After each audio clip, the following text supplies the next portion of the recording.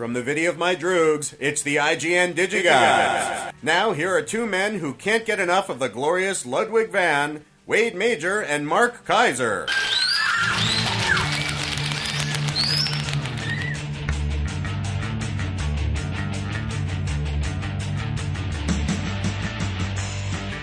An awesome Stanley Kubrick film reference in honor of the display, the exhibit at the LA County Museum. Corey, who sent it? That Clockwork Orange reference, which I totally knew, was brought to you by Lenny Timmons. Sweet. You know, you have not been to the Stanley Kubrick exhibit, have you? I have not yet been to the exhibit. Why are you potting me down? Because was I too loud or not loud I'm enough? I'm potting myself up. Got it. Is what I'm doing. I'm not potting you down. You're always overmodulated because you're an Whose fault is that? It's it's your fault for living an overmodulated life. You know, the Kubrick exhibit is actually very good. I have been. Yeah, I'm going to go eventually. It's got great stuff. It has the actual orange from A Clockwork Orange. I mean, that's how good it is. Is this my cue to laugh or to groan? Or? It's your cue to wonder why you were born. Yeah, right. That is what it is. No, it's actually very good. They have separate rooms for all of his films, Clockwork Orange and The Shining, and Doctor Strangelove. And there's lots of. Did we talk about this last time? We probably did. But. I know. There's lots of little props, like the scene in Clockwork in Doctor Strangelove when Slim Pickens when they're going through their emergency kit in the plane. Yes. And they had that little tiny Bible. It's like a little Bible with Russian phrases. Yes. They have that little tiny Bible nice. as a prop. Nice. They had all sorts of stuff. That's cool. You're really going to start with that? No. You're really going to start with that? Well, I was going to make mention that we've actually had people say, do another British TV thing. It's been a while. Nobody has said that. Nobody has said that. Yes, they did. You're such a lying bastard. They did. They've said we're begging you to do more British TV. Okay. We're pleading with you, please. I just work here. It's the best part of the show. Had a guy pull me aside just the other day. Is that right? I was in the mall. And just this random stranger, he pulled me aside. He goes, "Hey, you're that podcast guy, right?" And I said, "How do you know that?" He goes, "I just know that, and you need to do more British TV." So pretty much someone someone looked at your face and said, "You're the guy who does the audio only podcast." Is that how that works? Exactly. Wow, it's amazing, right? And he specifically requested. Fine, I know you wanted to get us to get to the foreign stuff last week, right? Well, yeah. Well, yes. I did. Yes, you made mention. You're like, we need to get to that, and we didn't get to it. Well, there was something. There was a Criterion that we should have got to last week. We didn't have time. Well, then let's do it right now. Damn it! Is there anything to talk about? Anything newsworthy to talk about? Why do you always say these things? And you know I'm not remotely prepared to tell you anything. First off, we're disorganized this morning. We have some listener mail. We've got a Vox box and listener mail. And meanwhile, we are taking submissions for new show openings, which we're going to record shortly. So by all means, go ahead and send the new show openings in. All suggestions for show openings, along with Vox boxes and listener mail, should go to gods@digigods.com. Again, gods@digigods.com. By the way, when we finally re-record the opens, they will not be lip-synced like Beyonce lip-synced the national anthem. So totally. Right? Totally. By the way, she should have sang it live, putting it out there. Yeah, well, she should sing. I mean, it's I don't know if people care anymore. It's kind of an old story now, but it's not the most important story in American history. It was like this big thing, so like kind of who cares? But she should have sang it live. Thank you. All right. Barring that, we're going to jump right in with some foreign stuff. And the Criterion that Mark was mentioning is the Tin Drum, Volker Schlondorf. What a great name. It's a great name. It's like being made fun of in the playground. It's the perfect quintessential Japanese name, isn't it? Volker Schlondorf. That guy, you can't hide your nationality when your name is Volker Schlondorf. Anyway, Volker Schlondorf, who in recent years has actually been running the Babelsberg Studios in Berlin and really almost took a bath off of Beyond the Sea, the Kevin Spacey film, the biopic of Bobby Darin, which was terrible. Which took over the Babelsberg Studios for just this ridiculous period of time. Anyway, that's what he's been dealing with in recent years. But he is an amazing director, one of the new German cinema pioneers, along with Fassbinder and Wenders and all those guys. He was part of that whole movement. As sort of one of the films that really put that movement on the map elsewhere around the world in 1979. Not that Fassbinder hadn't already done it, but really a film that got a tremendous amount of attention was The Tin Drum. It went on to win the Oscar for Best Foreign Language Film. It is a great movie. It's It's a long movie. It's almost 3 hours long, but it is a great movie about a 3-hour film. Yeah. A 3-hour. About a little boy who refuses to grow up because he is just so horrendously offended by the abuses of Nazism, nascent Nazism, and this is one of those just really cool, unusual movies. I wouldn't call it magical realism. I'm not sure what I would call it, but it's based on a book by Günter Grass, and it's a magnificent movie. It dates beautifully. It probably plays better today than it did at the time.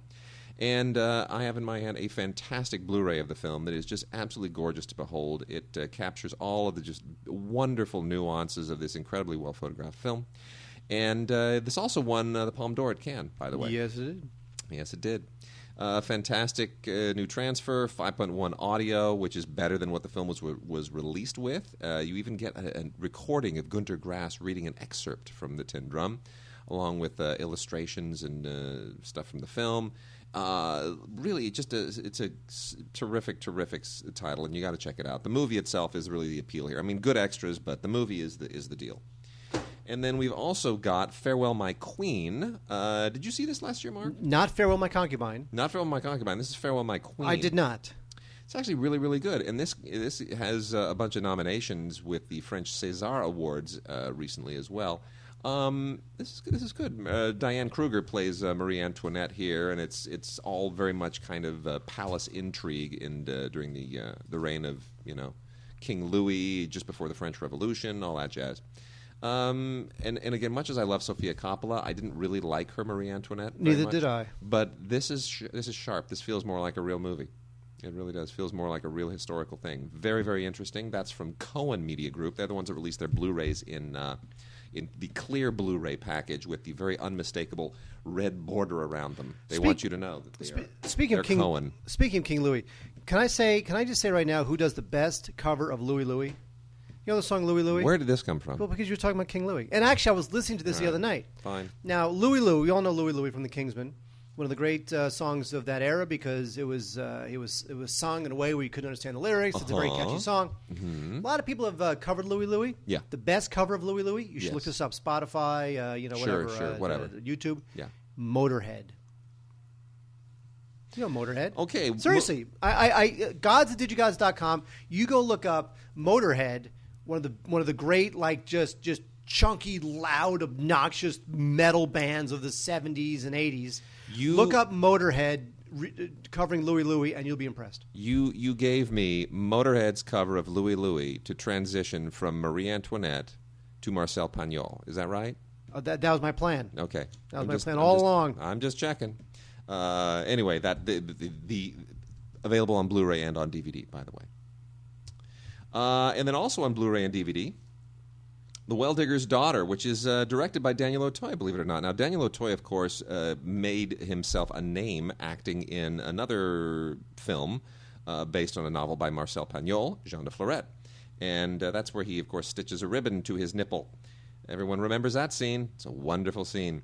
Daniel Auteuil, of course, like anyone in France, has a deep connection to the books of Marcel Pagnol, and he decided to go out there as a director and an actor and get behind a film adaptation of The Well-Digger's Daughter, which is absolutely charming. Now, as someone who has lived in the land where Marcel Pagnol grew up and wrote about in Provence in France, I have no objectivity on these films. If you just shoot a movie in Provence, I'm going to love it. It's one of the most beautiful parts of the world. I love it.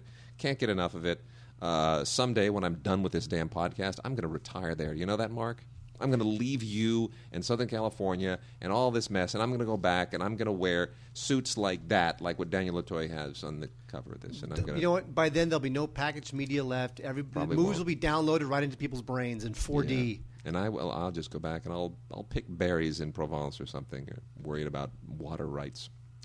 Anyway, it's really, really an incredibly sweet film. Beautifully captures the whole family and cultural motif of the area, like all those Pagnol films do. And Pagnol himself was a filmmaker, by the way. The original Manon of the Spring and all that stuff, and all the original adaptations of his books were all his own films.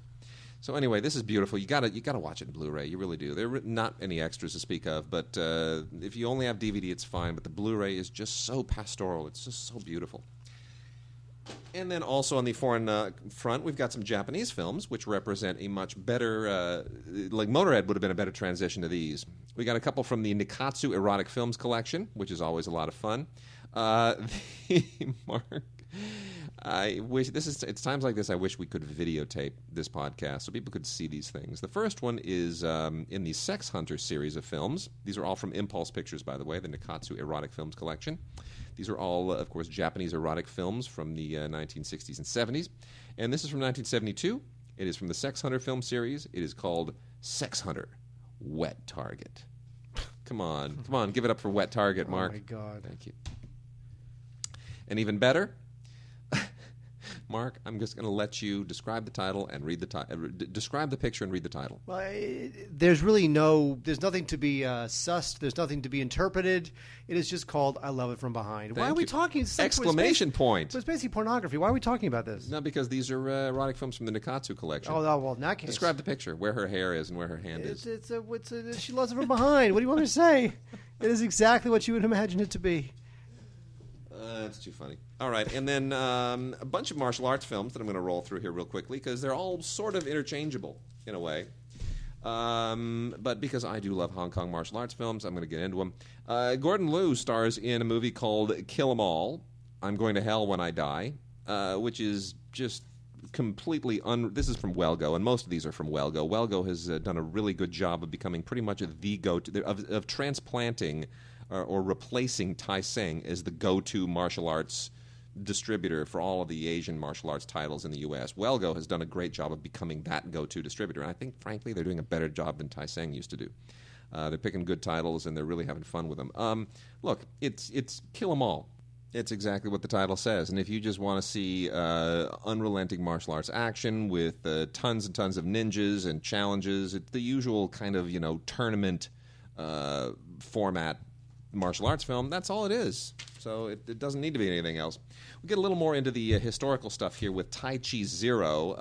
Tai Chi Zero adds an awful lot of embellishment to the story of the history of the Chen style of Tai Chi. There are a lot of films about different styles of Kung Fu and how they all came to be. And this one is just kind of silly. It takes like a germ of reality and then it turns it into this crazy story about a guy who's got this mark on his head, and if you punch the mark, then his eyes glow, and he winds up having practically superpowers, and he can defeat entire armies all at once. And it's basically combining martial arts with a lot of steampunk, and the whole steampunk part of it is marginally acceptable, but it really gets silly. Too much special effect for my taste. Hara-Kiri, Death of a Samurai. It's from new video. This is the Takashi Miike remake of the original Hara-Kiri, which is available from Criterion. And I gotta say, it's just about as good as the original. He remade 13 Assassins and really exceeded the original. And if you like the original Hara-Kiri, this is definitely worth checking out. This is part of the Tribeca film line from new video. It is on Blu-ray, and it is fantastically gorgeous and classically crazy Takashi Miike. Miike does that now, He's doing all these classical things. He's not the crazy man anymore that I knew. I like the crazy man more. And then we've got a horrible, dreadful Jackie Chan double feature, I have to say. This is from the Shout Factory Fortune Star arrangement, and Crime Story and The Protector. This is not the Jackie Chan cut of The Protector, which is what you should be wanting. And Crime Story is a good film; it's fine. But I got to tell you, I wish these were the original cuts of Crime Story and The Protector, but they are unfortunately not.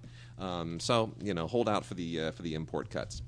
Chow Yun-Fat stars in The Assassins, and it's another one of those. All of these are ancient. A lot of these that I'm going to talk about now are ancient Chinese history movies. Ancient Chinese Secret. They're epics where people wear armor and robes, and it's all kind of deeply rooted in elements of Chinese history that it's way too complicated to explain. It's all that dynasty. Political intrigue with lots of battles and whatnot. Chow Yun-Fat plays Cao Cao, no jokes, Mark, who is the prime minister of the Han dynasty, and lots of political intrigue and battles ensue. It is very nicely done, but not brilliantly done. White Vengeance is worth checking out just because of who's in it. Anthony Wong is always good for a hoot, and the rest of the cast, pretty great. If you don't know who Feng Xiaofeng is, or Zhang Hanyu, or Leon Lai has been kind of a mainstay in Hong Kong films for quite a while. They're just great. And White Vengeance is essentially exactly what you would expect it to be. It's a lot of guys on horses with armor and epic battles and whatnot. Directed by Daniel Lee, who did a number of classic films back in the day, notably Black Mask, the Jet Li film. Very, very cool. That's a good one. Very good one. Then Legendary Amazons. I'll cover the rest of these very, very quickly. Jackie Chan threw his name on this as a producer, and I'm not so fond of this one. This one's a little bit too much pageantry, and the action is a little bit clunky, but the production value is high enough. This is another Well-Go title. Then we got Warriors of the Rainbow. This is a John Woo production directed by Wei Te-shing, otherwise known as Warriors of the Rainbow Siddiq Bale. And this is probably one of the better films of the ones we're talking about today. This is more recent. This is kind of a sprawling epic tale that spans a period of history in from about 1895 to 1945. And deals with specifically Taiwanese history. The history kind of loses you a little bit. This is the film. I think this was submitted for Oscar consideration as Taiwan's official Oscar submission at some point. It's a little bit tough to follow the history, but if you just kind of get behind the filmmaking, you can kind of coast with it. It's very, very nicely made. Wait, eat a cookie. What cookie am I going to eat? Well, I'll tell you what. I'll make you a deal. Okay. You finish that. Yes. You eat a cookie. Okay. By the way, Eric Altieri, I did not have enough time to make your cheesecake. The cookies I made were quick to make, and but I do want to make the cheesecake for next week. Okay. I promise I'm going to make your cheesecake. Because if you're going to send me a recipe, I'm going to make it. Especially that one. Especially cheesecake. Fine. So I apologize in advance to Eric. Okay. And then we have a couple of films based on a famous manga by Hiroyu Oku, and these are the Gantz films, Gantz 1 and Gantz 2. I gotta be honest with you. When you get into a certain level of manga-based live-action Japanese film, and this includes all those what are the Tetsu body hammer movies, Tetsuo, all those things. I'm not into those. They lose me. I'm just I really don't know. There are people with guns, and then there's like weird things happening in mechanics, and it's a little bit. It's almost too hyper sci-fi, cyborgy, cyberpunkish. It just loses me at a certain point. So I really had no idea what was going on in these films, but they're cool to watch. I mean, they look good and the action's good. So again, they kind of go on to the just enjoy the pretty people with the guns and all of the high tech stuff, and don't try to make too much sense of it. And then lastly, we have an outstanding release. This is probably the best Asian release of the week. Icarus Films has released A Man Vanishes, which is a wonderful Shohei Imamura film. And this also includes a bunch of other documentaries that Shohei Imamura made between 1967 to 75, including The Making of a Prostitute, Outlaw Matsu Comes Home, Pirates of Bubuan, In Search of the Unreturned Soldiers in Malaysia, and In Search of the Unreturned Soldiers in Thailand. Imamura is a wonderful, wonderful filmmaker. And he makes, he's one of those Japanese New Wave guys that just sort of brought a poetic flair to his work in a very, very compelling way. And A Man Vanishes is just a really, really beautiful movie. It's a very simple story. The title tells you basically what the movie is about. It's about a guy who's just suddenly vanished, and the search for that man. And it is really, really intriguing. This is a 4-disc set to have all these films on it, and if you are an Imamura fan, you are going to just love this. It is a bargain and a half. All right, Wade. Eat a all right, cookie. Mark. Give me the cookie. Now, this is a pretty boring cookie, but it's a rather boring cookie. Okay. Ooh, they're pretty cookies. Well, it has try to guess what the black dots are. I'm going to say they're poppy seeds. Yes. No, they are black sesame seeds. Oh my goodness. Okay, now while you eat that, I'll talk about a couple of. We have a couple of Oscar winners to talk about. Very exciting. Yeah, baby. From 1947, Gentleman's Agreement. This won the Oscar for Best Picture in 1947. I don't think this movie really holds up that well. It's Elie Kazan, of course, director of all sorts of great films. Star Wars. I think he directed Star Wars. I think he directed Jaws 2, didn't he? Or was it Jaws 3? This is a good cookie. Really, thank you very much. Yeah. You're just saying that. No, really, I like the whole. It's like a little salty. Yes, it does. Also, you know what? Get this. That's nice. In this recipe, instead of salt, they have you make it with soy sauce. Which I guess adds a little bit of depth to the salt part of it. Anyway, so gentleman's agreement. Gregory Peck plays a journalist who is asked to write an article on anti-Semitism, and he finds out what it's like to be a post-war Jew in America. I think the movie kind of was a bit of a function of its time. Almost like the culture was ready to accept Vietnam films once Oliver Stone started making, Platoon, and then you had Coming Home. And I think after the war, we're talking 1947, I think that the culture was ready to hear stories about what anti-Semitism was really like and how it's infested American culture.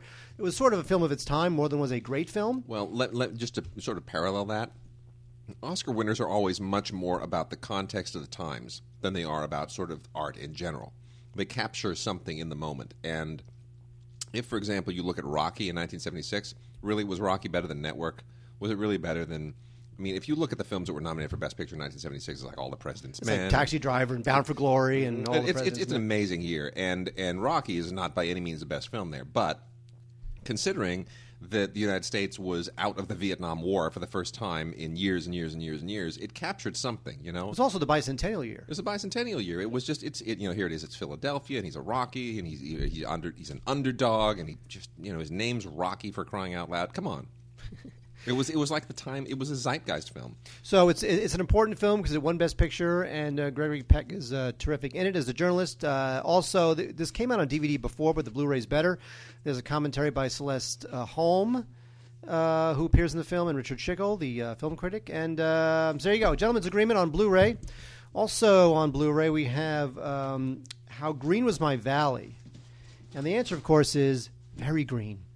This is from 1941. This was John Ford. The film that beat Citizen Kane for Best Picture. This is the film that beat Citizen Kane for Best Picture. Very true. Now, there's a story that I don't know if this is true or not, but there's a story that William Wyler was supposed to direct this movie, and then John Ford took over. I don't know if that's true or why that happened, but I had read that story. Anyway, this is a great film. This is one of John Ford's masterpieces. It looks great on Blu-ray. It stars a very young Roddy McDowall, who nobody listening to this podcast will know unless you've seen the original Planet of the Apes. But it's a great film. It's got Marina Hara is in it, Walter Pidgeon, and it's just about it's about a family living in a mining town. That's really it. And it's romantic, and it's lush, and it's Welsh beautifully miners. done. Welsh miners. Shot in a Hollywood backlot, by the way. They didn't go to Wales. Oh, Wade, you're taking away all the Sorry. glamour of Hollywood. I'm sorry. How dare you? No, it's true. They built like a mining town. I think it wasn't like in Malibu or something. Somewhere. I don't know where they built that. I don't know. Anyway, so that is highly recommended. Also highly recommended is on Blu-ray. Finally, Peter Pan. Yeah, baby. From 1953. Sweet. This is this was done while Walt Disney was alive. In fact, as I understand it, Walt Disney wanted this to be like the film right after Snow White. I'm on my third cookie. Yes, you are, because I gave you 3. Mm-hmm. He wanted this to be this next film after Snow White, but he couldn't get the rights to the story, and then he wound up doing it eventually in 1953. So this is a great film. This is hand animation. This is old school, but it's beautiful. The voice acting is great. The music is great. Second Star to the Right is just great. I love this film. It's finally on Blu-ray, where it looks fantastic. It's got a Blu-ray, it's got a DVD, and a digital copy. This film actually played in Cannes. Really? This film actually was entered into the Cannes Film Festival in 1953. That's it. I didn't know that. Yes, it's true. And imagine this. Didn't win. Wow. Unbelievable. Anyway, good stuff. So Peter Pan, very highly recommended. Now, they did a bunch of sequels to Peter Pan. They waited until like 2002 or something to finally do a sequel to Peter Pan, which, of course, they should have waited till the year 10,000 because Peter Pan doesn't need a sequel. But that's Disney. They do sequels to films that don't need sequels. So forget the sequels, forget the direct-to-DVD sequels. There is only one Peter Pan, and it is finally on Blu-ray, DVD, and digital copy. So check it out. 20th Century Fox has released another classic film on Blu-ray, and it's an unusual one. I'm not quite sure why they would think this. I don't know. It's a very strange thing, maybe to kind of go in tandem with Gentleman's Agreement, because it might be one of the the only other Elia Kazan films that they were able to scratch up for this time of the year. But anyway, it's an Elia Kazan directed movie called Wild River. And it's got Montgomery Clift and Lee Remick in it, which is an unusual pairing. You don't usually think about Lee Remick as, as that kind of a leading lady. But this is similar to this is almost a film ahead of its time in some respect. It's a little bit like what's the Matt Damon film that recently came out? The Informant. No, Promised Land. Promised Land. The other actor in which I'm going to rip on in a second. Promised Land is one of those movies about people, some guy who goes to a town to do something very official and winds up sort of falling in love with the people in the town and switching sides, right? Now I'm on the side of the people against the government or whatever. There's a million of those.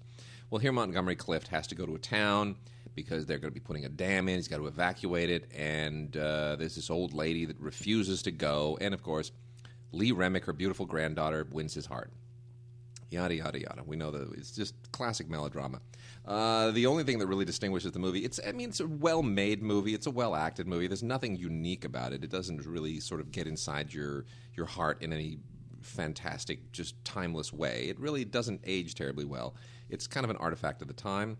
But there's an interesting commentary on here by Richard Schickel who almost makes you feel guilty for not liking it better. And, he's such a curmudgeon. How do you not like Dick Schickel? I actually like the angrier and the meaner he is, the more I sort of enjoy him. No, we talked about this a couple weeks ago. He showed up to the LA Film Critics Association dinner looking like just a doddering, old, crumbling crypt keeper, which was sad. I mean, he's such a great writer, but I'm just saying that he's turned the corner. Yeah, it's your fault, Wade. I'm still chewing on the cookie. Did you like that cookie? Or you're just saying that? No, it's good. You told me when you don't like something because there's a precondition to anybody trying something I bake. They have to tell me what they really think. Yeah. Otherwise, it won't get better. So, is there anything about that cookie you don't like? I only do this podcast for your cooking. That's not true. For your baking. Thank you. I hate this movie. I really do. This movie's called Nobody Walks, with John Krasinski, who also was in Promised Land with Matt Damon, the film that I just bagged on. Mark, what has happened to Lena Dunham? I don't know. You know what? I don't know. I don't know where she's going. And you know what? Girls got picked up for a third season on HBO. We talked about this last week when we were talking about Girls, and Lena Dunham, of course, who won the LA Film Critic New Generation Award for her film Tiny Furniture. She co-wrote this thing. And the movie is called Nobody Walks. Now, she's not in it. She just co-wrote it. It stars John Krasinski, Olivia Thirlby, and Rosemary DeWitt. And it is this is one of those movies that I like to call a navel-gazing pity party. And it's like a lot of Sundance movies, a lot of indie movies where somebody just comes up with some angst-ridden concept and we're just going to do this movie is about absolutely nothing at all. Krasinski is a Hollywood sound guy. And Olivia Thirlby, who I normally kind of like, she plays this really artsy New York artist. I'm not even sure what she does. It's like she's making this thing about bugs. It's like this art installation movie, and they need to add the sound of bugs crawling around or some crap. And she comes to L.A. and stays with Krasinski and his wife, Rosemary DeWitt, to do sound for her stupid little art installation movie. And, of course, winds up basically having an affair with him, and it creates strife in the marriage, as you might imagine. And then, but even before that, she's like making out with the guy that she sat next to on the plane. She's like this trampy New York artist. There's no empathy for her whatsoever. And this movie doesn't go anywhere. It's like somebody, presumably Lena Dunham and her co-writer, Rai Russo-Young, who directed the movie, it's like they just thought that this little navel-gazing inside Hollywood experience was somehow suffice for a movie. It doesn't. It's terrible. What annoys me... so boring. No, well, here's what annoys me, too, is that, and I can see John Krasinski being interested in this because I'm not on board with him, is that if you make... Somehow they feel like the lives of, like, Hollywood people... are somehow interesting no one cares. On its face. And even if they're trying to like mine some thematic parallel between what he's going through as a sound guy, capturing sounds versus capturing blah, blah, blah, it's all just a bunch of crap. And the moment you make him like a Hollywood guy, you're asking people to care about Hollywood people. And most people who watch movies, they don't care about Hollywood people. The guy should have been just any old blue-collar Joe. Yeah. And you would have cared more. It's crap. Anyways, interviews here with Rai Russo-Young and Olivia Thirlby, and nobody cares. It's on Blu-ray.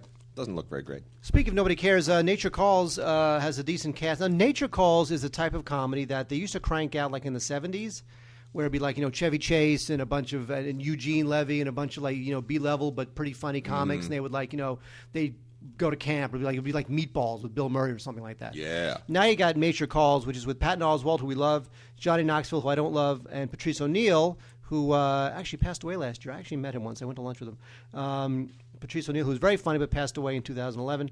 And this is the story of, it's about a slumber party, and it's terrible.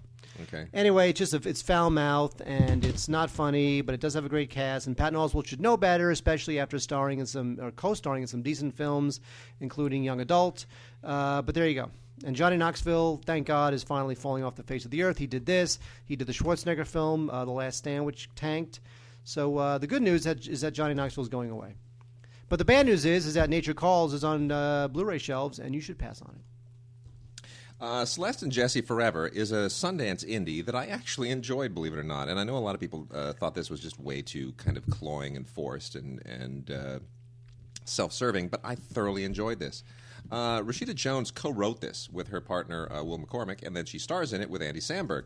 And the idea is really kind of a cute, simple idea, which is that they were high school sweethearts, they got married young, and the marriage doesn't really work anymore. But now that they've decided to get divorced, they are like the best of friends. They get along so well, obviously, until they start to sort of, go their separate ways and develop other relationships.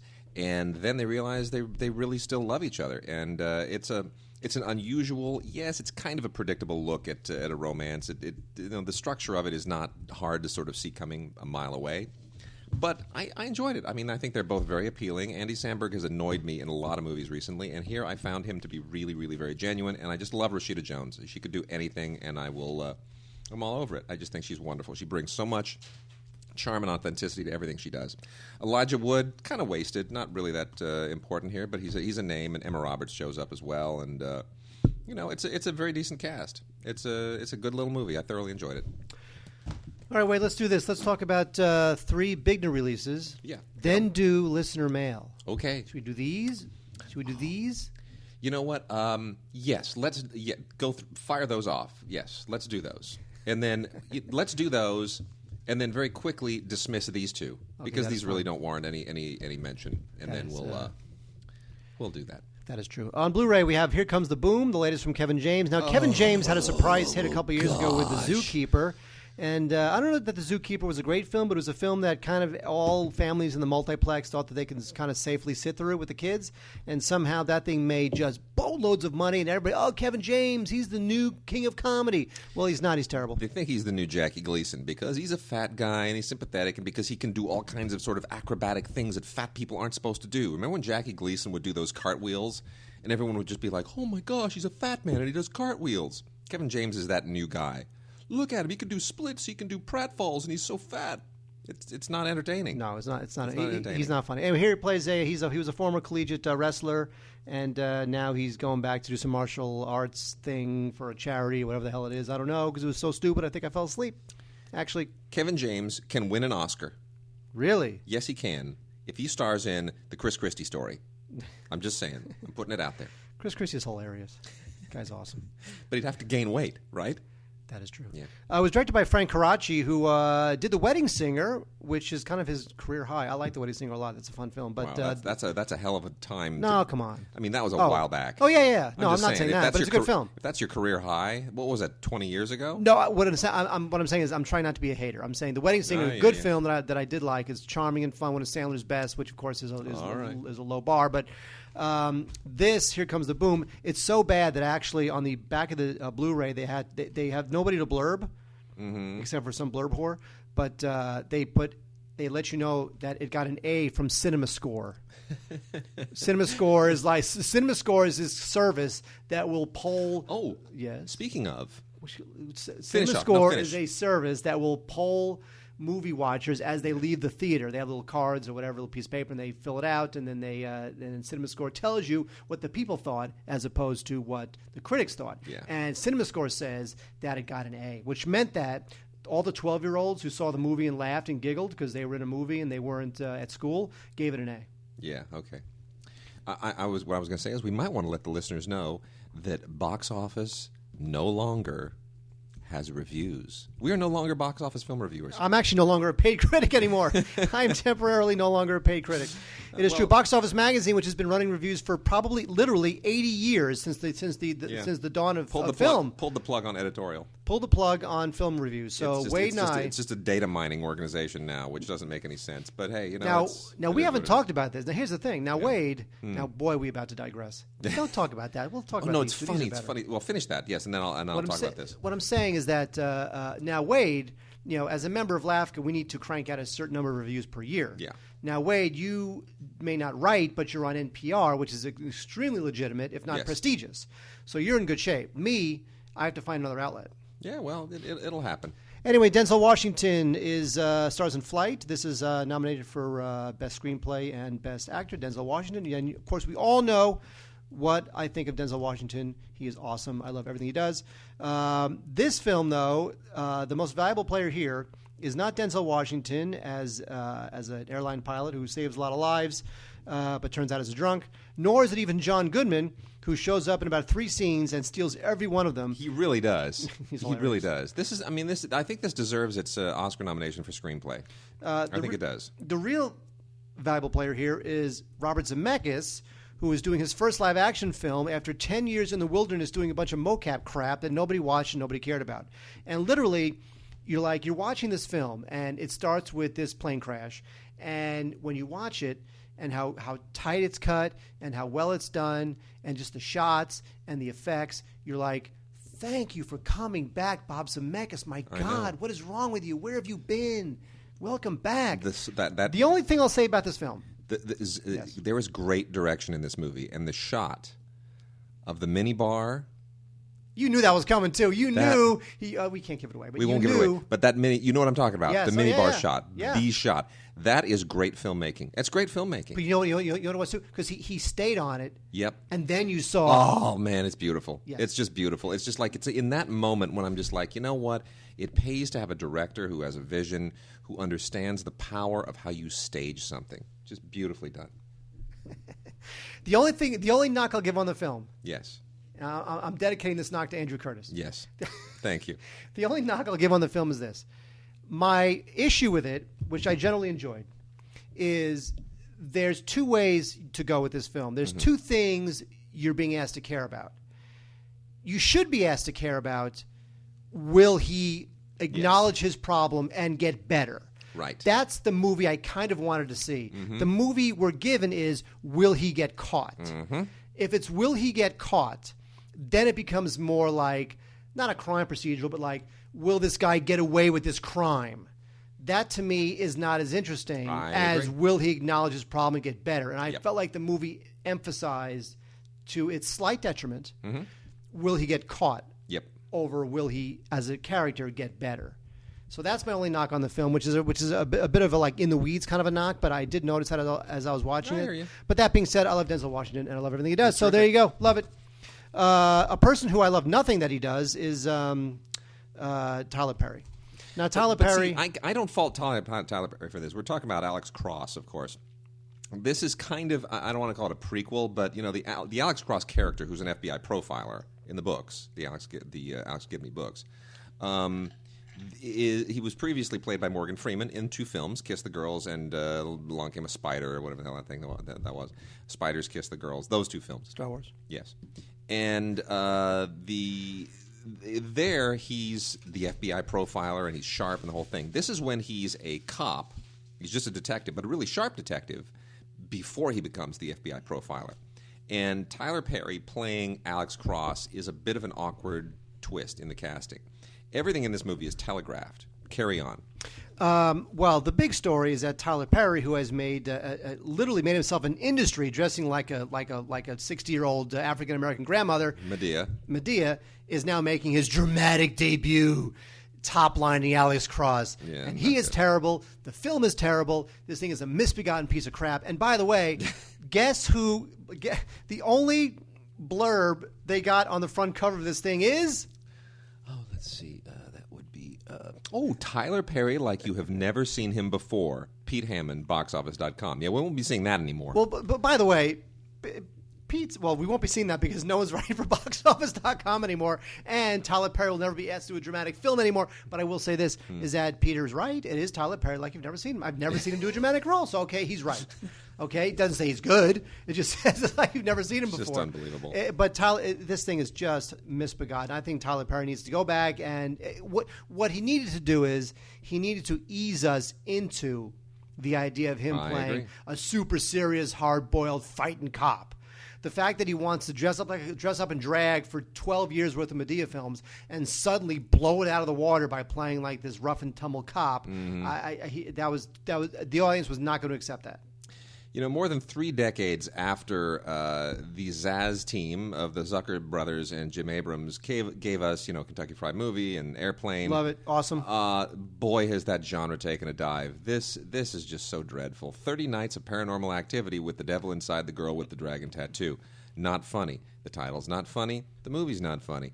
And the people who make these movies now, I mean, it went from the Zaz team down to the Scary Movie was the one that was kind of like the Wayans brothers. When the Wayans brothers took over, but now we're just into stupid territory with people who have no talent and no ability to be subtle about any of this stuff, and it's just a whole lot of like really overwrought meta-referential crap, and it's just dumb. It's just really not entertaining. It's not funny. It's not endearing. It's not even a wink at the audience. It's just not fun in any way at all. It's terrible. Now, there was a movie that is already gone called Movie 43, and Movie 43 was supposed to be the movie that was supposed to be the new Kentucky Fried Movie. Yeah, where you get these huge acts like Kate Winslet, Hugh Jackman, Halle Berry, Richard Gere, Naomi Watts. Too many cooks in the kitchen with that one. They all worked for 2 days. It took a couple years to make because these people, they wouldn't be available, and suddenly they were available, so they had to grab a couple cameras because Richard Gere suddenly had half a day to shoot, and they eventually got it made. And this thing is just scatological and awful and horrible and the worst thing ever. However, guess who liked this film? Who liked this film? Our good friend Alonzo Duralde. Did he really? He gave it a. He was. Oh, I knew that. I saw that on his Facebook page. He's one of only 2 positives on Rotten Tomatoes. Every once in a while, Alonzo he'll put his neck out there. He will. And that's why we love Alonzo. 2 freshes, 32 rottens. Before we get into listener mail and VoxBox, I want to give a shout out to this amazing movie that stars Thor's sister-in-law. You know that this is Thor's sister-in-law, right? In Greek mythology, Norse mythology, Thor's sister-in-law is Miley Cyrus. Actually, just in Hollywood mythology. Anyway, Miley Cyrus stars in So Undercover. Because she's so undercover. She's an FBI undercover agent that goes undercover in a sorority because she's got to protect the daughter of a witness in a forthcoming mob trial. This is just so stupid. It's unbelievable. I don't know how these Miley things... Cyrus. It's Miley Cyrus. The only reason this got made was because it was a great straight-to-video thing for Miley Cyrus, and they figured there are enough fans out there to justify, Is whatever. that Jeremy Piven? It is indeed. You realize, I will guarantee you one thing, because I very, this is years ago, I have very light Jeremy Piven experience. Yes. I guarantee you one thing. There was a time during the making of this film that Jeremy Piven went into Miley Cyrus's trailer to run lines or whatever they were doing, and he made a move. I mean, I don't know that. But Jeremy Piven is kind of a douche. Really? Yes. I remember when we booked him on a talk show I used to work on, and the talent booker was a woman. And once Jeremy was done doing the show, and he was fine, he paneled for whatever, a couple segments, he was fine. Jeremy would himself call the talent booker in the days after they taped and kept asking her out. Seriously? Yes. Oh, my gosh. Exactly. All right, Mark. We got some listener mail here. This is so hysterically timely. This came in about a week ago, and the timing, based on, go ahead and read it, mind you. This is based on the breaking news just within the last couple of days. I find this to be an amazingly prescient listener mail. This is from Peter. You wanted me to read this because you can't pronounce his last name. No. Peter Kazaris. How do you know that? Because he's written this before. Oh. Peter Kazaris says, "Hey, Mark and Wade, do the Digigods foresee a Blu-ray re-release of J.J. Abrams' Star Trek to coincide with May's release of Star Trek Into Darkness? The 3-disc edition is out of print and unavailable at retailers. The only option currently available is the single disc with a feature-length commentary track as the sole special feature. I can't believe I'm considering picking this up before any Star Wars Blu-ray. I still have the 2004 DVD release of the original trilogy and refuse to pick up the complete saga Blu-rays on the basis that we are expecting episode 7 in 2015. And, of course, George Lucas's constant tinkering with these films. Thanks again, Digigods. Peter, unpronounceable last name by Mark, from Toronto. Isn't that funny? So what's the question? Well, no, but he mentions talking about Star Oh, Trek. I see. Got Star it. Trek and Star Wars in the same breath, not real, before even realizing That's that JJ true. now winds up being the godfather of both franchises. Now- I think that is an amazingly prescient email. Oh, well, here's the thing, though. First we should answer his question. Yeah, well, I've gone back and forth on this. I don't think they'll do a special release. I think they'll wait till after the second Star Trek film. I think so, too. I think I'm very surprised it's out of print. Why would the original be out of print? I don't know. It's weird. That thing should be out there like an be. MFR. Straight. Yep. Weird. Peter, I feel for you. I do. Wade and I do not think there will be a special re-release of Star Trek to coincide with Star Trek Into Darkness. You're just going to have to go on eBay and hope for the best. And then on the same note, we got an email from Kevin Smith, University of Aberdeen in the UK. See, we have a global reach here. Why can't Kevin Smith, the director, email us? I know. He says, what do you guys think of the news that your mate, J.J. Abrams, your mate, I love it, your mate, J.J. Abrams will be directing the next Star Wars movie? I think he has the right sensibility for this sort of project, but I hope he manages to turn the CGI down and take us back to a more practical dude-is-a-suit era of effects. I live in a hope. I also just read that Box Office is stopping film reviews. The piece name checks Mark. Can he shed any light on the situation? Which we just did. And with respect to the JJ taking over Star Wars, which I find to be every time I read, I can't wrap my head around. Now, obviously, we've talked about this a lot. I went to public school with JJ for 3 years, and Wade is very good friends with JJ's producing partner, and so we've known these people. I mean, I was with JJ in junior high school, like 14 years old. And by the way, he was like kind of a genius back then. But so it's not like I'm jealous of him or I don't wish him well. Of course, it's a wonderful guy. It's He's a absolutely really nice fine. guy. Totally. I mean, we're not being like haters. It's totally fine. But there's just something about it that is just you feel like I don't know what it is. I can't wrap my head around it. It's like JJ. JJ, even by his own admission, is not really a very good director. But the thing about JJ is that he's completely tied in with that whole fanboy set, and they follow him. So it's almost like he brings this messianic following of Comic-Con groupies with him. And so even if he were the worst director in the world, the fact that he brings this army of followers means there's like this built-in audience that will follow it. So it's like now you bring the JJites along with the Lucasites. Oh my gosh, you've got yourself, a really great platform from which to build the next Star Wars franchise. Well, there's a couple things. First of all, he's not writing it. No. It's being written by the guy who wrote Little Miss Sunshine, Yes. Michael Arndt. So it may wind up being an interesting script. Yes. This is not the Transformers guys who also write JJ's films where everything is Correct. big and huge and gigantic and unbelievable. So it might be a good script, character-based script. That's great. And I think that if JJ sees that, I don't think he'll dishonor that. No. But I just find it amazing that this guy that I went to junior high school with, and you literally introduced Brian to. Didn't you introduce Brian to JJ? I introduced Brian to Matt, who introduced him to JJ. And the idea that he has been given the keys. Yes. It's literally like saying, let's make, as an example, Obama, just because he's president. Now, let's make Obama president, vice president, secretary of state. Let's make him the president of France, Russia. Let's make him prime minister. Let's just give him the keys to Earth. I mean, JJ is like he's. Why not just give him Indiana Jones to direct too? Yeah, why not have him direct every James Bond and know. every Mission Impossible? He has the keys to literally two of the most iconic not even film, pop culture properties ever. It's bizarre, I know, and Mission Impossible, mind you. That's right. So, and even though he's only producing those. Brad Bird, frankly, Brad Bird was the one who saved that series. Yes, he was. The last Mission Impossible film I thought was great. So, but JJ's still producing.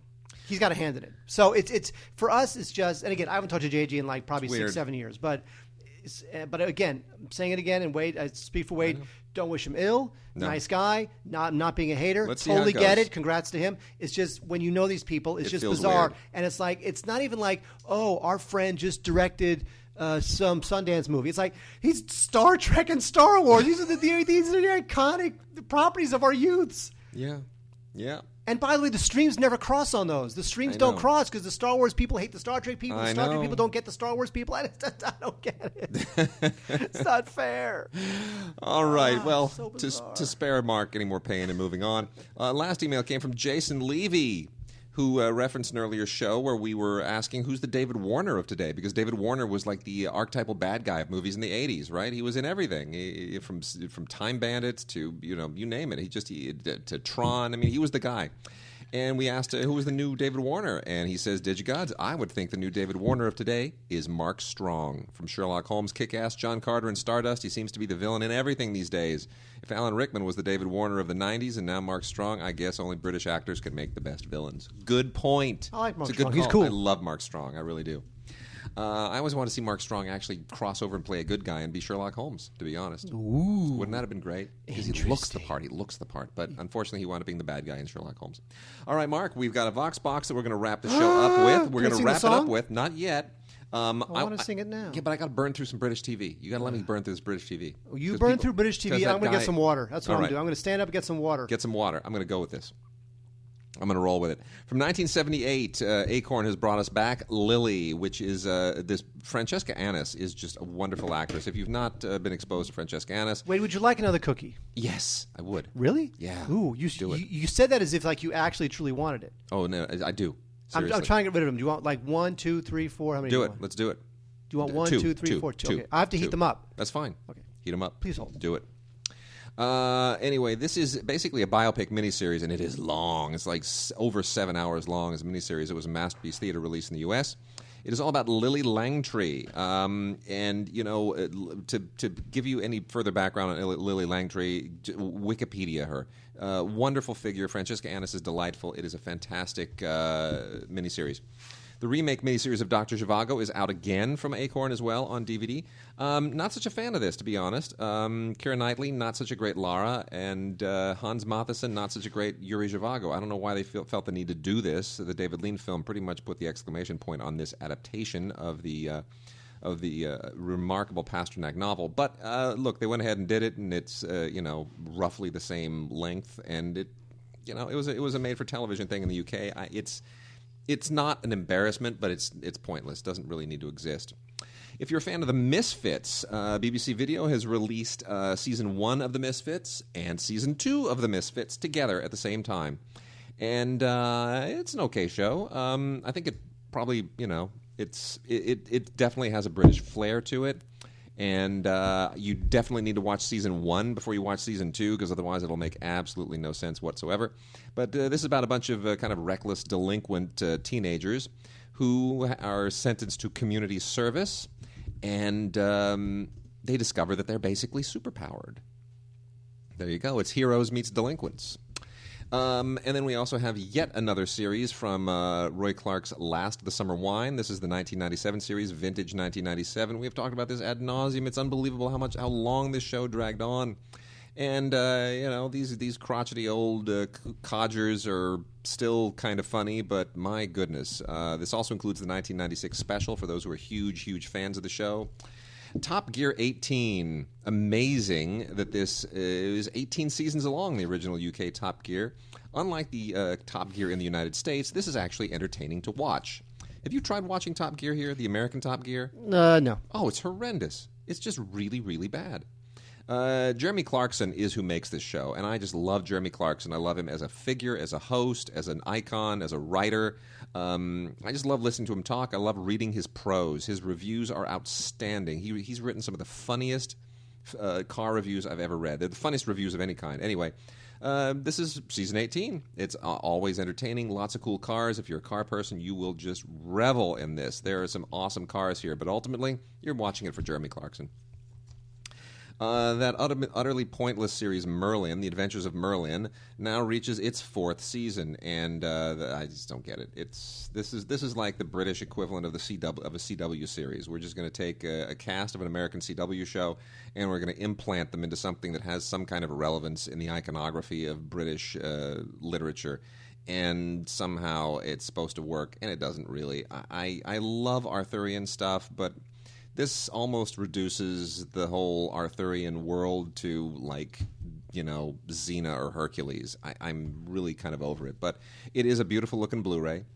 And comes with a bunch of special features, most of it, EPK-type stuff, outtakes, deleted scenes, and some, making of featurette things and a few audio commentaries, nothing outstanding. Red Dwarf 10, or Red Dwarf X, do the Mac OS twist on it. We'll call it Red Dwarf 10. On Blu-ray. I love Red Dwarf. I think it's hysterical. It's weird. It's twisted. It's bizarre. It's quirky. I agree. You know what? Wait. It's awesome. I'm on board. Red Dwarf, cool. It's totally cool. Yep. Never gets old. So definitely check this out.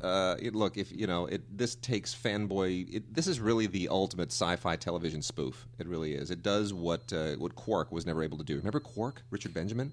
Yeah. The Totally. That was like in the early Scout. 80s or something, wasn't it? Why isn't that on DVD? That's true. My gosh, put it out there. But this is also like, it's like, what was the Tim Allen thing as Galaxy Quest? Yeah, that's the excellent analogy. Galaxy Quest, very much so. Anyway, a lot of really cool extras on here. There's a feature-length documentary, believe it or not, and that is just absolutely fantastic. 2012, the complete series, it didn't last long. This is only 2 discs. And the only reason I think they're putting 2012 out is because everyone involved in it is now on to sort of bigger and better things. We know them from other things. For example, Jessica Hines, we know her from the Harry Potter and the Order of the Phoenix. Hugh Bonneville, Downton Abbey. He's much better in Downton Abbey, actually. And this is sort of done Office style, and I don't particularly think it's a great show. But because Hugh Bonneville obviously has a profile now, that I guess that gives them some cause to go ahead and try to mine a little more of an audience with his previous stuff. Being Human, Season 4. We talked about the American version of this, which is not good, and all this monster and vampire and werewolf stuff. I'm in ghosts and. With Hansel and Gretel, witch hunters now. I'm just so tired of all of it. I really am. And even when it's done as well as Being Human on BBC, I can't get behind it. And after 4 seasons of this, it's really old. So for fans only, it's on Blu-ray, gorgeous Blu-ray. BBC does some really, really good Blu-ray work, but I wouldn't, I wouldn't jump to go see it. Midsomer Murders, set 21 on DVD and Blu-ray. You know what? Law and Order set in the countryside. We've talked about this before. It is a very sharp show, really well written, but good grief. Set 21, it's really, really dragging on. Poirot and Marple, this is another Acorn release. This is fan favorites. And they are really, really just doing everything they can to re-release all this previous material that they've re-released many, many times and repackage it and try to sell it over and over and over. This is not triple. This is quadruple and quintuple and sextuple dipping. So all this stuff, if you haven't gotten any before and you kind of want to get a little flavor of the best of, fine. Agatha Christie's Poirot with Murder on the Orient Express and Poirot's Christmas and The Mysterious Affair at Styles and the ABC Murders and 4 and 20 Blackbirds, Adventures of the Egyptian Tomb, along with the Marple titles Murder at the Vicarage, Murder is Announced, Bertram's Hotel, Pocket Full of Rye, The Mirror Cracked. Big deal. Not that enthralled by any of it, to be honest. Oh, wait, here's the thing. Oh, do that, and then I want to do something. Yep. And then lastly here, Wodehouse Playhouse. This is, if you like P.G. Wodehouse, this is the complete collection of Wodehouse Playhouse, starring John Alderton and Pauline Collins. And because I'm just a huge Pauline Collins fan, I can't not recommend this, even though, bear in mind, this is very, very it's very theatrical, You're not getting, like, great television here. You're getting basically staged Wodehouse for television.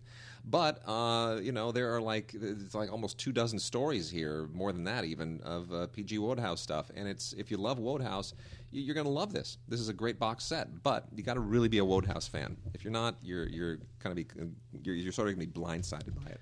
All right, wait, before we say goodbye, I'm going to take a picture of you, and I'm going to post it on the Facebook page. Why? Because we need more Facebook people engaging, which, by the way, includes us. Thank you. You ready, Wade? I'm ready. You are going to love this. Now, smile. It's a good thing I shaved this morning. What kind of lame smile is that? All right, here we go. 3, 2, 1. Okay.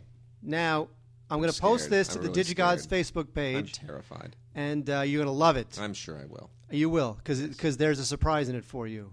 Uh-huh. And what is that surprise? I'm not going to tell you. You got to go on the Facebook page. You put a mustache on me? Did you draw a mustache? How can I do that? I don't know. You do that. You tend to do those things. It's your style. What can I say? It's true. Let me see the picture. No. You'll see it on the Facebook page. You I'm posting it now. I'm going to post it now. You made a snide comment. I didn't do anything. All right, Mark, time for VoxBox. Oh, really? Yeah. Hang on. I have to sing the song. Yes, exactly. And then I'll get your cookie. Okay. You ready? Here we go. You I'm ready? It's VoxBox. Gentlemen, Happy New Year. Mario Mendez here, the Alexander Berlica of Glendale. Calling to ask you a question about Blu-ray transfers. Often, obviously, you talk about this studio does a good copy of a movie, this one doesn't. You know, it was playing the Christmas gifts this year, and I pop in Jaws. It's just an amazing restoration and transformation onto Blu-ray. And then I popped in Raiders, and not so much. And then you got about a 15, 20-year gap there. You would think that Raiders would look better than Jaws, or at least be comparable. What does one studio do, or what studio lacks the proper technology to do a good transfer, and what is the actual technique to make a good transfer so that, you know, we could be dazzled by older movies on Blu-ray? Anyway, take care. Mario, thank you. The Alexander Berlica of Glendale. I love that. It's great. You know, first off, I should say I actually like the Raiders transfer. I really do. And I've had friends who took me to task for liking it. They're like, it's crappy, it's terrible, look at this compared to this. And here's the thing. I mean, Raiders was shot by Doug Slocum, who's old school DP. I mean, one of those old British DPs, did a lot of things in like the 50s and 60s. And he was hired basically to bring this kind of old serialized movie panache to it. So Raiders, if you see it projected today, I think you'll realize that there are elements to the photography that may not lend themselves to the home. It's not going to look as good on Blu-ray as I think you think the film should look, as you think the film probably does look. But it's a great film and it's beautifully photographed. But that being said, I think the Blu-ray is actually very good. However, points are well taken. Mario's points, generally speaking. Here's the thing. The transfer technology, the mastering technology for how you handle these things has not really changed significantly over the past 10 years. Pretty much all the tools are the same. The only thing you're dealing with are the limitations of the format of the disc, of what you have to do to it to get it onto the disc, of taking raw, uncompressed, lossless audio and raw, uncompressed video. How do you squeeze that onto a Blu-ray disc or even a DVD disc? And there are two different formats there. There are two different kinds of compression. There's spatial compression and there's temporal compression, which means that spatial compression, you take one frame and you look at whatever data is redundant in the frame, and it just assumes it remembers that data once and then replicates it many times. That's where you get sort of artifacting in the frame when they do that poorly. And then you also have temporal compression, which is where you compare two frames, one with the next, and you see what information is redundant from one to the next, and then the software just says, I don't need to remember that information twice because it repeats in the next frame. So it's either between frames temporally or within the one frame spatially, and sometimes both. And that's ultimately, Mark, whose job is it to manage those things? As we often say, the transfer monkey. That's it. So yeah, it is. That's one of the other one of those that the issue of compression is obviously one of the variables that you just can't control, and that's totally up to the guy who runs the machine and his expertise with the software, and the producer overseeing the project and the quality control. I mean, there are a lot of hoops to jump through. I mean, most of it is, again, you've got to. I think the two most important elements, ironically enough, are the source elements you're dealing with, right? If you're dealing with, some amazing, interpositive that you can then strike a new print off of, that you can then scan, that you can then blah blah, and you can make it look great. That's the best. A lot of these DVDs back in the DVD days, and Blu-rays too, especially of older films, you don't know where these prints came from. The prints may be damaged enough as it is, so then you're giving it to the distributor, possibly a damaged print, and the distributor is saying, compared to how much money we're going to make off this DVD or Blu-ray, how much money are we willing to put in to fixing it up? Yeah. And maybe they're not willing to put in a lot of money to fixing it up. Maybe if it's something like Raiders, they want to fix it up a lot. And the other thing to remember is, and this gets into like digital noise reduction, is how much do you want it to look like what it looked like when it was originally released and projected versus how much you want to clean it up. Now, I remember when the Patent Blu-ray came out, Patent had a lot of grain. Yeah. And for the Blu-ray, they cleaned up all that grain. Which was not good. Patent looked like, on the Blu-ray, which is like Patent's one of my all-time favorite films, Patent looked smooth as a baby's bottom. on Blu-ray. But that's not how the film was shot, and that's not how it was projected when it was released theatrically. So, in a way, if you keep the grain, that doesn't make it a bad transfer. No. Sometimes you want the grain there. Now, when it comes to damage to the print, little specks and little scratches, it just depends on the elements. It depends how much money the distributor wants to put into cleaning up the elements, and of course, eventually, the transfer monkey. Yeah, so many variables. And remember, a lot of these companies, they have contracts, and the difference between Universal and Paramount, it depends on the titles. They are not the two ace studios, the ones we're talking about here, Universal for Jaws and Paramount for Raiders. They're not the two ace studios at this stuff. Warner Brothers really, and Warner Brothers and Disney pretty much own, the quality end of the spectrum, and Sony most of the time. But the ones who really do the special editions, it's Disney and Warner Brothers. But that being said, most of the time there are two tiers here. That you're contracted with one company, or maybe it's in-house to do most of your titles. And then when you get that A-list title every once in a while, you'll farm it out to somebody who's really, really going to do the A-level treatment on it. So that's the other variable that's just never quite. You never really know what you're going to get, and you sort of have to. It's trial and error sometimes. I think the important part is that hopefully people are going on our Facebook page to look at the photo of Wade that I just posted. Do it. Go to the Facebook page and send us all of your new show intros, your Vox boxes, and your listener mails to gods@digigods.com. Gods@digigods.com. We'll see you guys next week.